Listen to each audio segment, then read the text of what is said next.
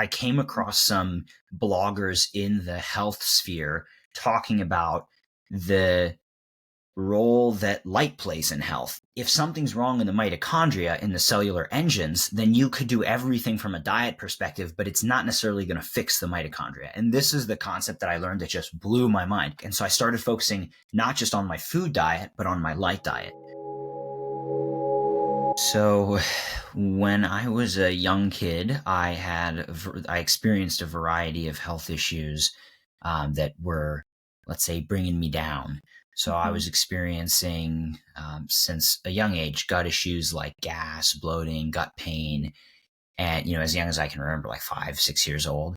And then as I got a bit older, I started to have seasonal allergies, really severe pollen allergies, itchy eyes, itchy throat, itchy everything, especially in the springtime. That was very unpleasant. And of course, I didn't know then that the two were most probably linked. Then, a couple of years later, going into middle school, high school, I started to have really bad headaches as well in class. And so by the time I was actually entering high school, turned 13 years old, these symptoms were quite uncomfortable, I would say. And, just depending on maybe what I ate that day, and I didn't really know what exactly affected it all. But it was definitely something that was a real and challenging part of my experience. And now in retrospect, I look at it like it was a blessing because, but at the time it was a great challenge. So I began researching and reading everything I could. I had already throughout those previous years of youth, elementary school, middle school, I had seen different doctors. I joke truthfully that I went to Western medicine and the pediatrician told me to take Advil for my headaches. The gastroenterologist told me to take Tums for my gut issues, and the allergist told me to take Advil, Claritin, I should say, Zyrtec, and other prescription antihistamines for my allergies. Literally, that was the prescription. There was never really an inquiry into what the root cause was. And so I began my own research as I was a curious 13-year-old going into high school and read everything I could, and I came across the idea of nutrition and how it could affect our gut health in particular. That was a really big sort of initial sticking point for me, how the gut plays such an important and crucial role in our health. Leaky gut can be a problem and whatnot. And I became convinced that food was the main cause of my issues at that time. This is what I believed. And so as a result of believing this, I became obsessed with the perfect diet because the kind of implication of this was that the way to solve the gut issues was with your diet. And I spent the next 2 or 3 years, through high school, just obsessively dieting, but to a point where it became very unhealthy, like orthorexic. Essentially just being so obsessed about my food, really terrified that I would eat the wrong thing and it would hurt me, limiting myself. I went from like a paleo diet to an autoimmune paleo diet to like a keto autoimmune paleo diet to a GAPS diet. And I was like 15, 16. This is more than 10 years ago now. And the thing was, because I felt so restricted, some part of me just felt like this was not right, or just was so not happy, honestly, with it, especially the strictness.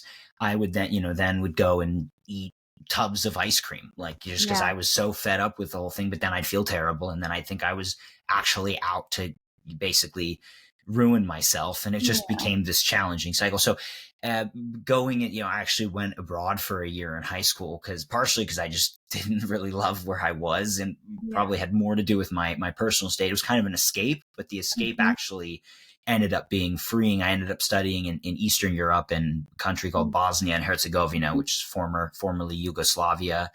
Fell apart, and it was a very, very obscure, less well-known place in Europe, but one of the most beautiful countries. Still, I've been all over the world. One of the most beautiful countries and beautiful people, and war-torn, but great. Anyway, and just before I left, in the months leading up to that, so I was then 15. I was a sophomore in high school.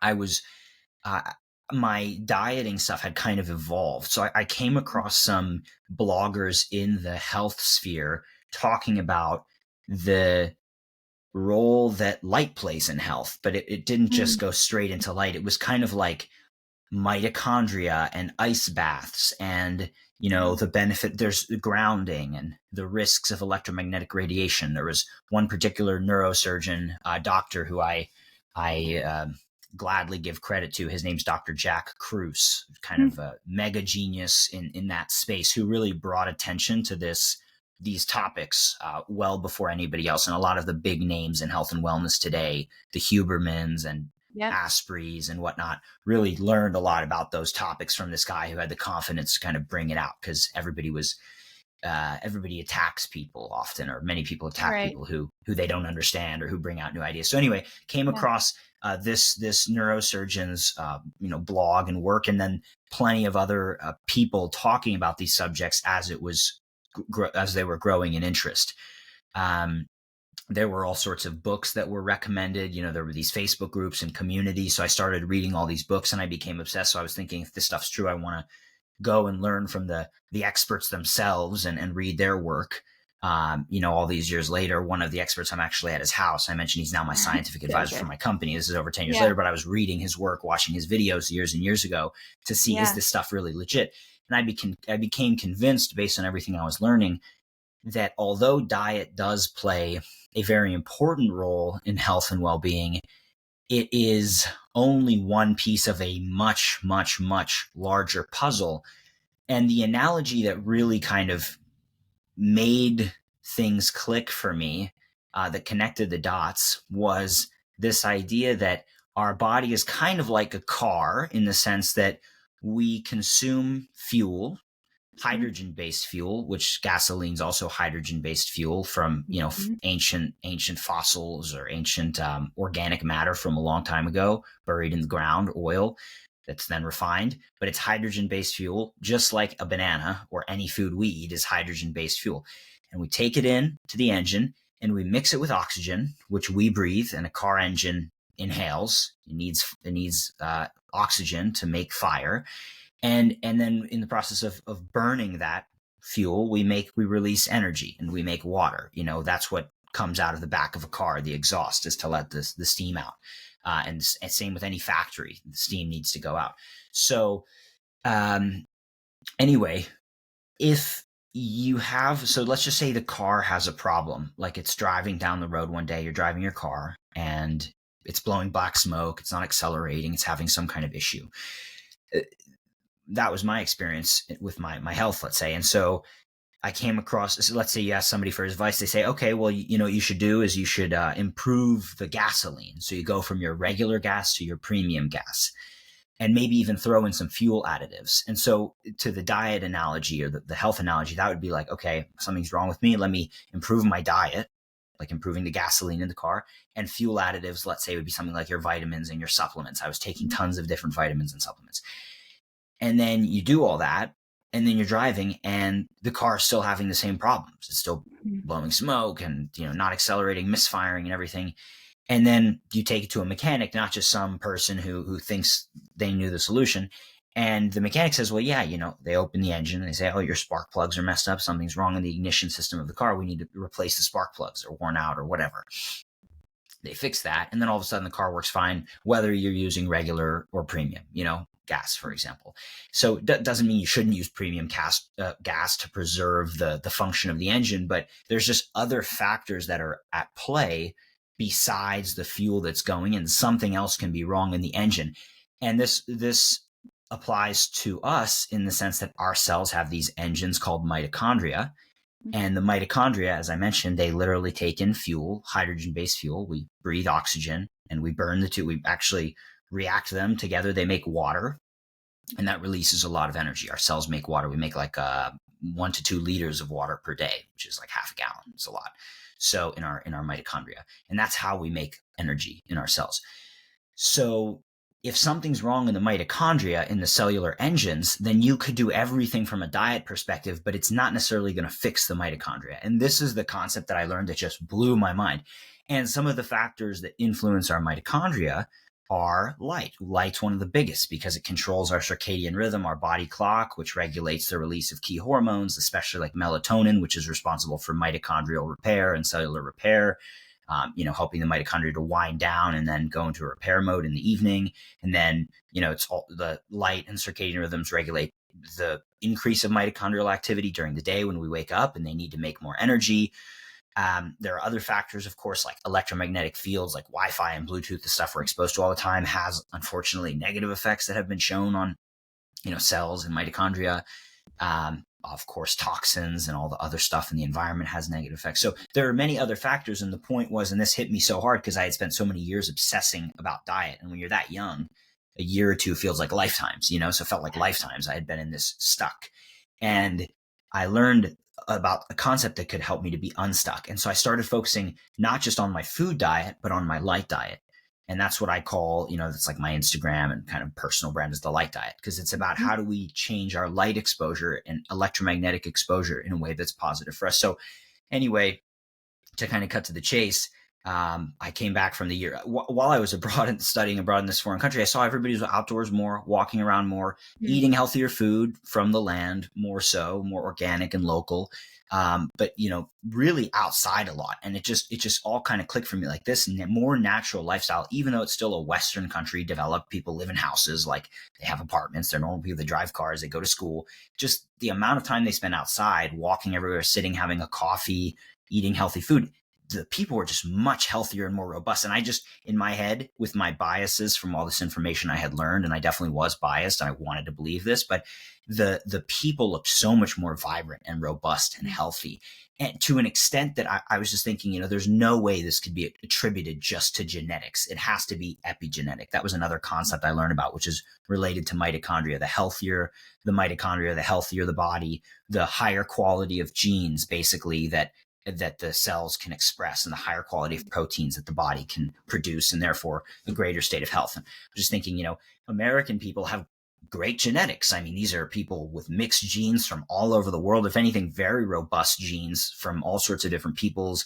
The people who basically colonized this whole continent. I mean, this isn't like a weak gene pool in the United States. These people sailed the oceans, escaped foreign land and wars. Like, they're not weak people. Why is everybody sick and fat and obese? And all these people are slim and beautiful and healthy, like on a relative basis. And it must have been epigenetic. So that further confirmed my conviction. And then finally I came home and had my last year in high school. I was like, I learned all this information. There's no way I can go to college and have a professor who I think knows nothing tell me that they know everything. So I got to figure something out to prevent that. And so I was thinking about entrepreneurship, and through all these Facebook groups, I had met some really cool, inspiring people who gave me tips of books to read and things like this. And I thought about different businesses and different opportunities, coaching, health coaching, this and that, even light bulbs, which I'm now actually working on, fortunately. But one of the tools to help regulate our light diet and our body clock was these blue light blocking glasses, which are lenses, that basically filter the wavelengths of light that affect our body clock, our circadian rhythms, in order to kind of take back control from the disruptive effects of modern artificial lights. So in the evening, we're not having our melatonin disrupted. Anyway, we'll get into that in more detail, but I was using these glasses as part of that regimen, and they were just kind of cheap safety goggles from Amazon that blocked the right spectrum of light. And the ones, like any blue light glasses that looked cool, they didn't block enough of the light or the right spectrum of the light. So because it was in high school and I wanted to, get girls and stuff, like I wasn't going to wear something that was super ugly all the time. And so I had to have something custom made, which was very expensive. My dad paid for it for me because I don't really have any money. And then eventually, as I was finishing high school, I realized, there's an opportunity for this. I actually went to try to go on a podcast with this fashion stylist, health and wellness guru podcaster. And when I asked if I could go on his show to talk about all the stuff I was interested in, he asked, where'd you get those cool glasses? Me and my buddy, who was also on the blue blocking glasses train with me. And so that's kind of how it was actually born. It was like all the years of personal experience. And then I didn't really think this would be my business, but it was like, in retrospect, when I look back at that moment, that night when I went up to this guy's event in New York City, I'm from Philly originally. So I drove up because he was coming all the way from LA. He was going to be in New York. I was like, this is my chance because I like this guy. He seems like he'd be open to this information for his show. He had interviewed one of the people who I had learned so much information from, but it was clear that as that person was such a strong expert, this podcaster, I should say, and his audience probably weren't getting all the information because it was a little too complex. Yeah. So anyway, it just kind of clicked. Yeah. I was asking for the opportunity to spread this information, and him, I think the universe through him was asking, hey, people need the tools to make the information practical and useful. So can you supply that? And so then I had to figure that out. And that's been now the last 8 years of doing that. So that's how the company started.